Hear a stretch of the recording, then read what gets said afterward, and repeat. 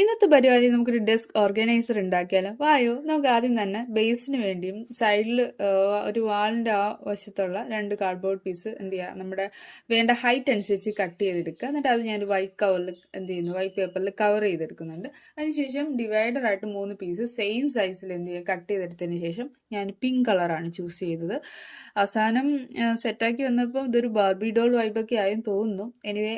ഇനി നമ്മൾ വീഡിയോ കാണുന്ന കണക്ക് കറക്റ്റായിട്ട് അറേഞ്ച് ചെയ്ത് ഒട്ടിച്ചു കൊടുക്കുക. റൈറ്റ് സൈഡിൽ താഴെയായിട്ട് ഡ്രോയർ പോലെ ഞാൻ പ്ലാൻ ചെയ്യുന്നുണ്ട്. അപ്പോൾ അതിന് മുകളിൽ ഒരു സെക്ഷൻ വരുന്ന പോലെ ഒരു കാർഡ്ബോർഡ് പീസ് മെഷർ ചെയ്തിട്ട് കട്ട് ചെയ്ത് നമ്മൾ വൈറ്റ് പേപ്പറിൽ കവർ ചെയ്തിരുന്നത്. അതിനുശേഷം താഴെ അതിൻ്റെ മെഷർമെൻറ്റ് എത്ര സ്പേസ് വന്നു എന്നുള്ളത് മെഷർ ചെയ്തിട്ട് അതനുസരിച്ച് ഒരു ഡ്രോയർ നമ്മൾ കാർഡ്ബോർഡ് പീസ് വെച്ച് സെറ്റാക്കുന്നുണ്ട്. അതിനുശേഷം അതും വൈറ്റ് പേപ്പറിൽ കവർ ചെയ്ത് പിങ്ക് കളറൊക്കെ കൊടുത്ത് അടിപൊളിയാക്കി. പിന്നെ ഡിഫറെൻറ്റ് സെക്ഷൻസ് ആയിട്ട് നമ്മൾ കാർഡ്ബോർഡ് പീസ് കട്ട് ചെയ്ത് വൈറ്റ് പേപ്പറിൽ കവർ ചെയ്തതിന് ശേഷം ഒരു പെയിൻറ്റ് ബോട്ടിലിൻ്റെ അടപ്പെടുത്തിട്ട് ഞാൻ ഡ്രോയറിനൊരു ഹാൻഡിലും സെറ്റാക്കി. പിന്നെ സ്റ്റിക്കേഴ്സൊക്കെ ഒട്ടിച്ചപ്പോൾ ഒരു രസമായി.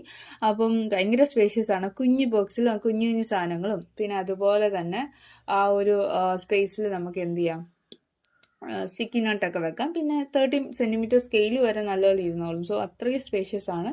അപ്പോൾ നമ്മുടെ കാർഡ്ബോർഡ് കൊണ്ടുള്ള ഡെസ്ക് ഓർഗനൈസർ എങ്ങനെയുണ്ട്? ഇഷ്ടപ്പെട്ടാൽ ലൈക്ക് ചെയ്യുക, കമൻറ്റ് ചെയ്യുക, പിന്നെ ചാനൽ സബ്സ്ക്രൈബ് ചെയ്യുക. പത്രങ്ങൾ എടുത്തു വയ്ക്കണം. ബൈ.